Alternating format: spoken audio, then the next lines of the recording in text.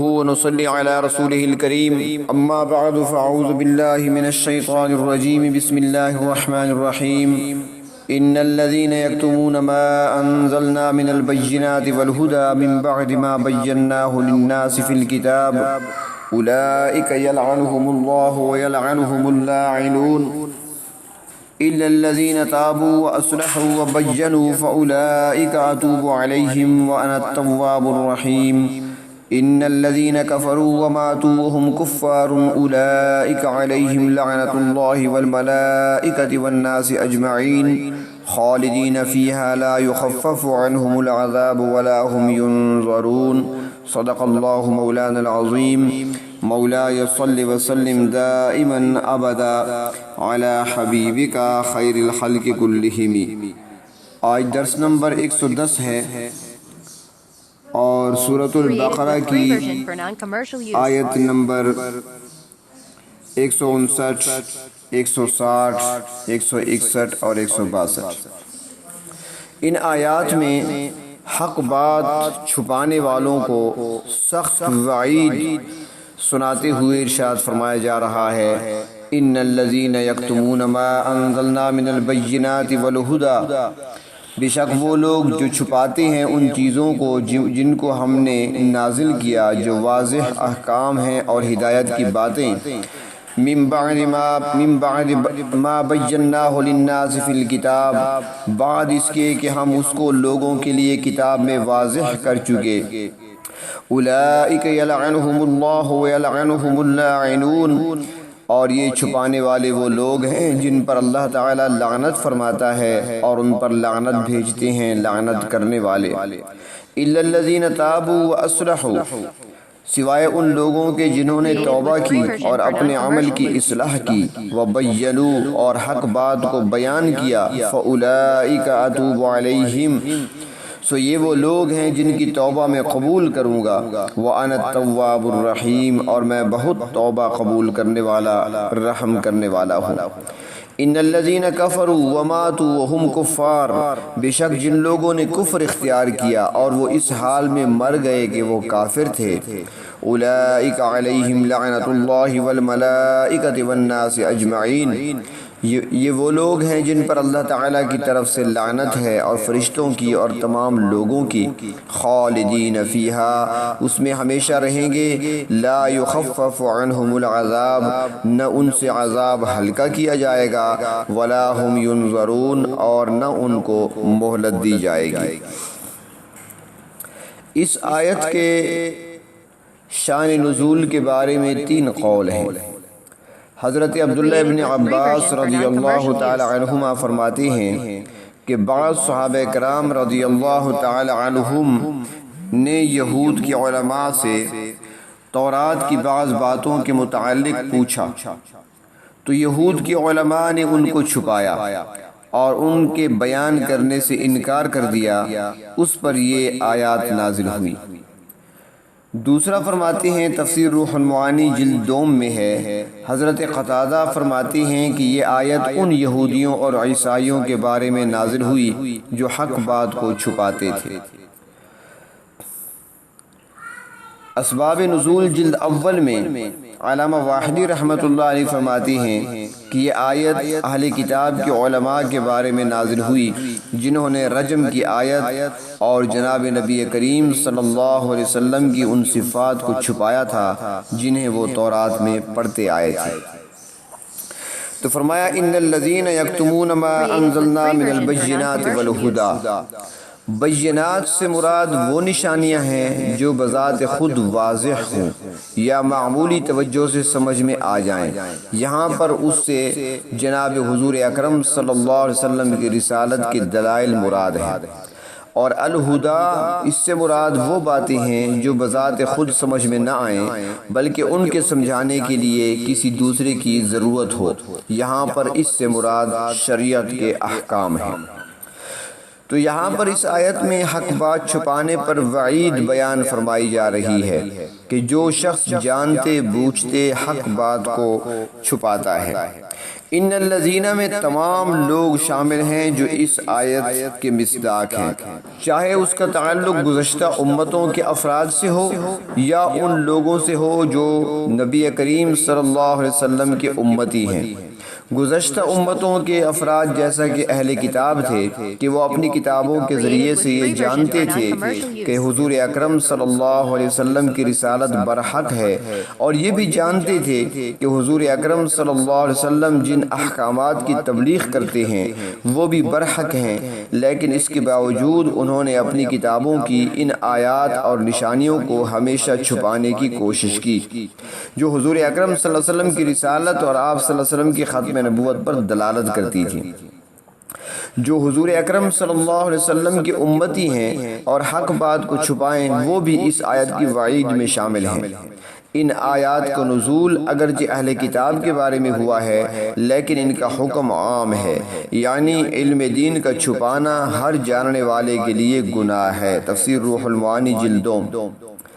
حضرت ابو ہریرہ رضی اللہ تعالی عنہ اور حضرت عمرو بن عاص رضی اللہ تعالی عنہ فرماتے ہیں کہ جناب نبی کریم صلی اللہ علیہ وسلم نے ارشاد فرمایا، جس سے علم کی کوئی بات پوچھی گئی اور صاحب علم شخص نے اس کو چھپایا، قیامت کے دن اسے آگ کی لگام پہنائی جائے گی۔ اللہم احفظنا من۔ سنن ترمذی، ابو داؤد اور ابن کثیر جلد اول۔ البتہ اگر دینی مصلحت کی بنا پر علم چھپایا جائے تو یہ سزا نہیں ہوگی۔ جن شرائط کے ساتھ علم چھپانا حرام ہے وہ یہ ہیں: پہلا یہ کہ کوئی دوسرا بتانے والا موجود نہ ہو، دوسرا پوچھنے والے کو فی الحال یعنی اسی وقت شدید ضرورت ہو، اور نمبر 3 سوال سیکھنے کی غرض سے کیا گیا ہو، تنگ کرنا مقصود نہ ہو۔ کچھ لوگ تنگ کرنے کے لیے سوال کرتے ہیں، تو سیکھنے کے لیے کسی نے سوال کیا ہو تو اس کا جواب ضروری ہے۔ جس سے پوچھا جا رہا ہے اسے کوئی عذر نہ ہو، اور 5واں سوال کرنے والا عقل مند اور سمجھدار ہو۔ تو فرمایا کہ بے شک وہ لوگ ان الذین یکتمون ما انزلنا من البینات والہدی،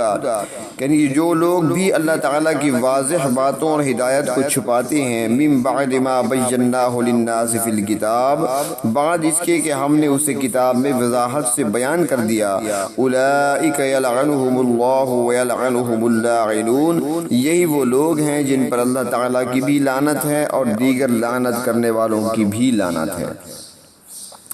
لعنت کے معنی ہے اللہ تعالیٰ کی رحمت سے دور ہونا۔ اگر کوئی شخص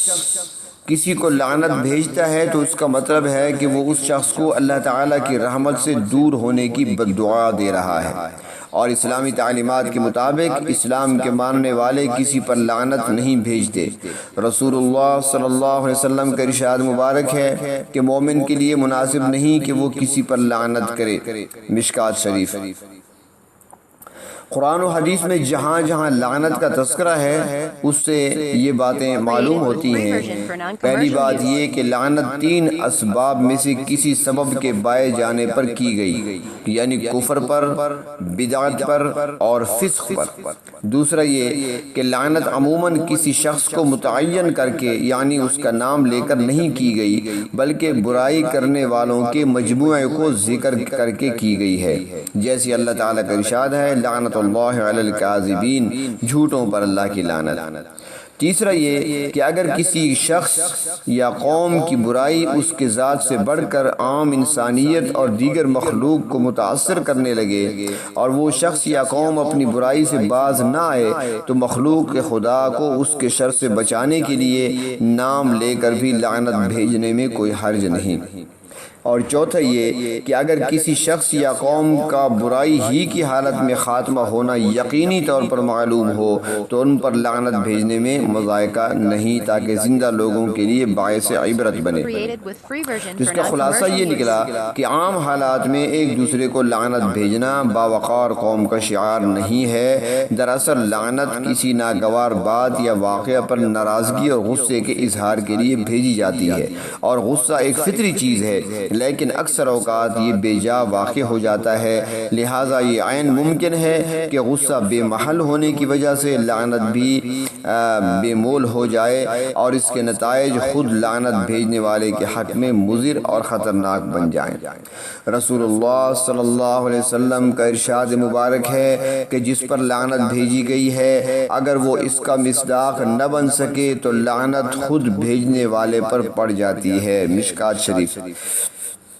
اس کے علاوہ اعمال کا دار و مدار خاتمہ پر رکھا گیا ہے اور خاتمے کے بارے میں کسی کو حتمی علم نہیں۔ لعنت کی عادت مردوں سے زیادہ عورتوں میں پائی جاتی ہے اور یہ نادانی و ناسمجھی کی وجہ سے جلد بازی کا مظاہرہ کرتے ہوئے خود اپنے اوپر، اپنی چیزوں پر، اپنی اولاد پر بے تحاشا لعنت کی بارشیں برساتی رہتی ہیں، پھر جب اس کے برے نتائج ظاہر ہوتے ہیں تو پھر بعد میں پچھتاتی ہیں۔ لعنت بھیجنا اچھی عادت نہیں، البتہ کسی ایسے شخص یا قوم پر جن کے ظلم و ستم سے انسانیت متاثر ہو رہی ہو لعنت بھیجی جا سکتی ہے۔ اللہ کی لعنت سے مراد یہ ہے کہ یہ لوگ اللہ کی رحمت سے دور رہیں گے اور تمام مخلوقات ان کو لعنت کرتی رہے گی، حتیٰ کہ قیامت کے دن مسلمانوں کے ساتھ وہ کافر اور گناہگار لوگ بھی ان پر لعنت بھیجیں گے جو ان کی اتباع کرنے کی وجہ سے گمراہ ہوئے، جیسا کہ دوسرے مقام پر قرآن حکیم میں ارشاد ہوتا ہے، سورۃ عنکبوت آیت نمبر 25، فرمایا کہ پھر قیامت کے دن تم ایک دوسرے سے برگشتہ ہو جاؤ گے اور ایک دوسرے پر لعنت کرو گے۔ یہاں پر اللہ تعالیٰ کی لعنت کے ساتھ دوسرے لعنت کرنے والوں سے مراد فرشتے، جنات اور انسان ہیں۔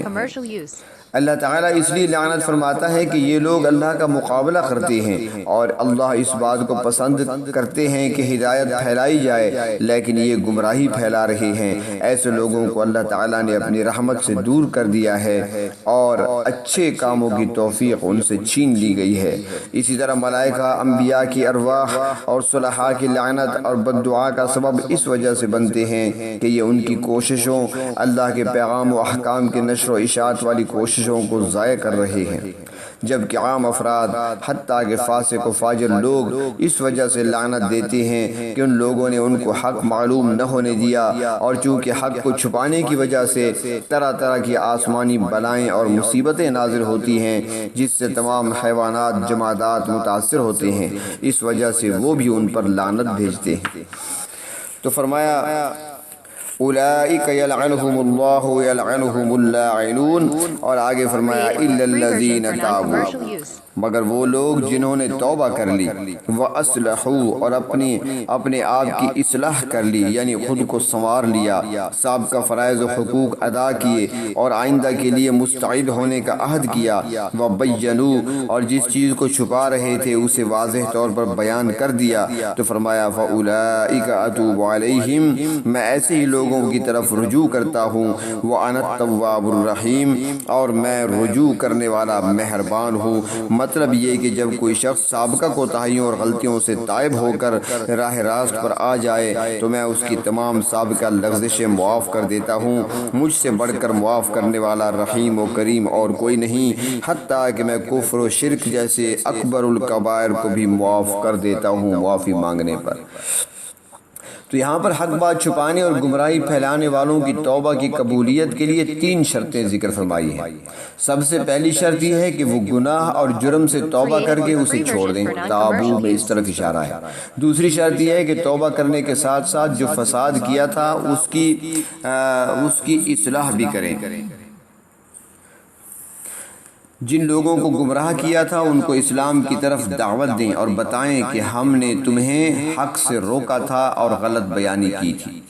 وَأَصْلَحُوا میں اس بات کی طرف اشارہ ہے۔ اور تیسری شرط یہ ہے کہ اللہ تعالیٰ نے جو بیان فرمایا تھا اور انہوں نے اللہ کی جن باتوں اور احکام کو چھپایا تھا ان کو واضح طور پر بیان کریں۔ وَبَيَّنُوا اس میں اس طرف اشارہ ہے۔ تفسیر روح المعانی جلد 2۔ آگے فرمایا ان الذین کفروا،